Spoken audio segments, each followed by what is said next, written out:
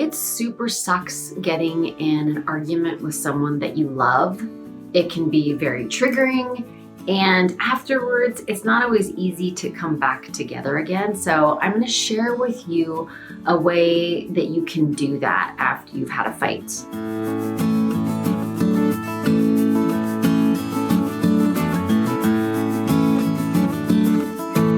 I'm Stacy Rocklein, and it's my mission to eradicate loneliness. And loneliness definitely happens after you've had a disagreement with someone because it is a disconnection. And you can feel maybe still upset with them, upset with yourself for how you showed up. And what I notice in my clients is there's this feeling of being upset about us. Like, gosh, we shouldn't be arguing, or we fight too much, or what does this say about our relationship that we had this argument? But arguments are normal. They are things that happen. Conflict happens in every relationship. We always want to get better at doing it, but it comes up. And so first, be gentle with yourself. Don't judge your relationship because you've had an argument. And now I'm going to help you with a way to reconnect afterwards. So when you have a fight, a disagreement, an argument, whatever you refer to it as, you've got two things going on. You have the content, what you were arguing about.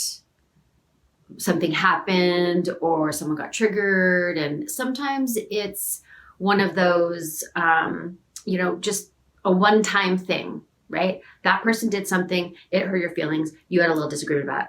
Sometimes it's what the Gottmans call a perpetual unsolvable problem. And about 69% of our problems are these, where it's a pattern, right? You have fights about this regularly. It comes up from time to time. And so that's the content of the fight. And then there's the how you thought about it.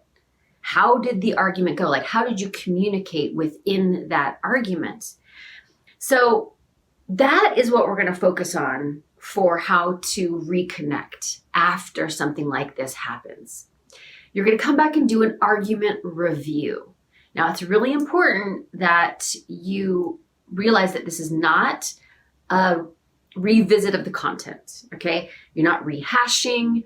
You're not continuing. You're not going back into the details of what you were arguing about. You're just focusing on how you did the argument. When you commit to this instead of this, it takes some of the fear out of having a follow-up conversation, especially for people who are conflict avoiders. If they think, geez, we're going to go right back into it again, then they might avoid doing an argument review. But if we're just going to talk about how we talked about what was our conflict, what was the difference between us that we were trying to solve, maybe unsuccessfully. Okay, so you're going to do an argument review. And this can be a very fast thing. It doesn't have to take a long time. There are 3 questions that you should ask yourself. Now, the first one is, and it's really, really, really important that you start with this question. And that is, what went well? Like, what did we do well? When you ask that question, and this is one of my favorite questions to ask when I get on a session with a client and they are hot still about something that happened, right? They've gotten in an argument with their partner. They're really triggered. They're upset with them. They're upset with themselves. They're asking themselves this question, like, what's wrong with our relationship? So the first question I ask is, well, what went well? Because when you ask that, a few things happen. Number one, it calms everybody's nervous system that we're focusing on the positive, okay? Everybody kind of takes a deep breath, like a sigh of relief, okay? Number 2, you set the tone, right? You set the tone that we do things well. Like, we're not throwing this whole thing out, right? There is some good stuff to keep. And it also reorients you as a team again, as 2 people trying to solve a problem together, and we do sometimes do things well. What this does, the more often you do these argument reviews, is when you think about going back into one, everyone knows we're going to start with a positive. We're going to start with good questions. So they don't have to have their guard up thinking that person's going to come at me, attacking me. They're like, oh, the first thing we're going to talk about is what went well. So there's less fear involved in this conversation. And I highly recommend that you think about this beforehand, because you don't want to be like, geez, I can't think of anything in the moment. Come into this conversation with something, anything positive that you can say that you did well and that the other person did well, right? Everybody does something well, like find it. Very, very important. Second question you're going to ask is, what do I want to improve? Now, at the advanced level, when your communication is really good and you're very connected and you can receive feedback really easily, you can tell the other person what you need from them or a way that they could improve their communication for you. But before you get there, we're going to back up to just yourself, because there was probably something you did in that conversation, some way you communicated that you could improve. And it could be small things, like maybe you make faces, maybe you point fingers, maybe you swear a lot. Like, what are the things that make the communication more difficult? And don't focus on the content, focus on how you're talking about it. Focus on the communication itself. So what is an area that you want to improve? What this does is it keeps the other person calm, because they know you're not coming over into their lane. You're going to stay in your lane and you're focused on your own stuff. That's calming, right? It's calming for you too, because they're going to focus on their things. It also says we're in this together as a team and we are each trying to get better at this. Like, it means both people are working. Both people are trying. Both people are committed to being better. So you find an area that you want to improve. And then the third thing is what is the plan for next time?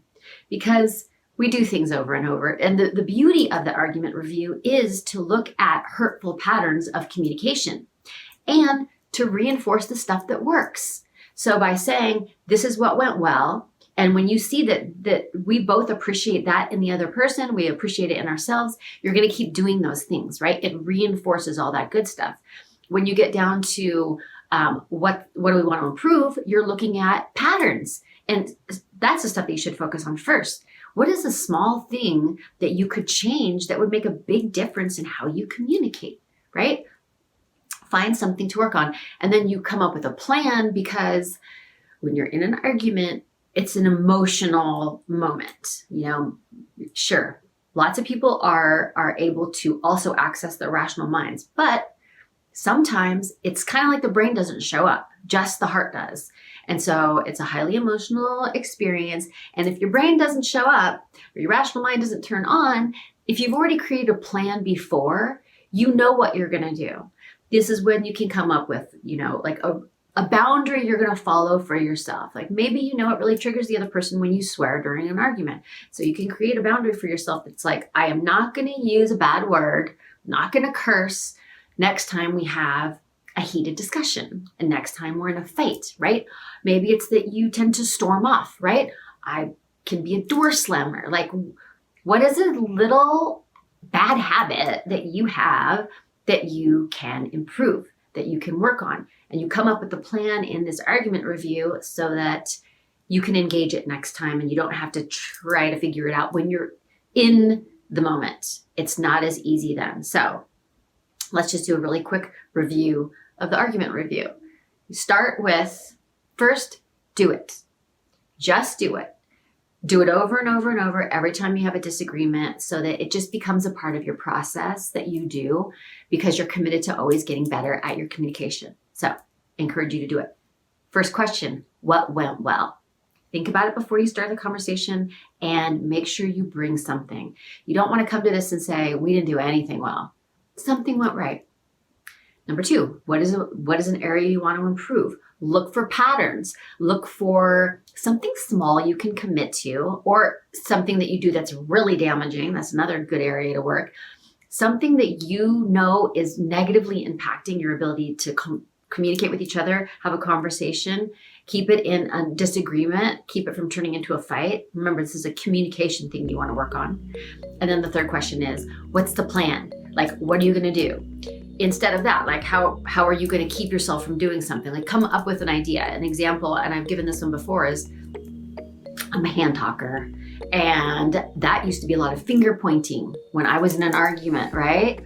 That can feel really aggressive to the other person, which my husband pointed out to me later. When I can receive feedback, because I'm not in the heat of the moment, I'm in a review, I'm in a evaluative conversation. And so I used to put my hands in my pockets. I was like, my plan is just going to be to put my hands in my pockets. Like, find something for my hands to do so that I don't do that during an argument. Then after you do that thing over and over and over, eventually you're going to get rid of that bad habit. You're going to reinforce these great habits, and you're going to one by one get rid of these bad habits so that you can keep communicating. And that reduces the disagreements, the fights, the heated discussions, and then you just get to start having conversations when you have conflict, because the conflict is inevitable. That's just what happens in relationship. It's how we communicate about it that matters. And so you can start to eliminate some of these more painful experiences of disconnection by working on your communication skills. And if you want some other tips for what to do when you're in the argument, like when you're in the midst of the heat of the moment, you can grab the free PDF that I'm leaving here, Top 10 Ways to Have a Successful Argument, and it'll just give you some more tips for what you can work on, especially if you don't really have an idea right now of what you want to improve or what a good plan is. That can be your jump start right there. Just pick one of the tips on that PDF. So make sure you grab that. And I wish you peaceful conflict. You can have conflict, but I hope it to be peaceful. I wish you good communication, and I will see you next time.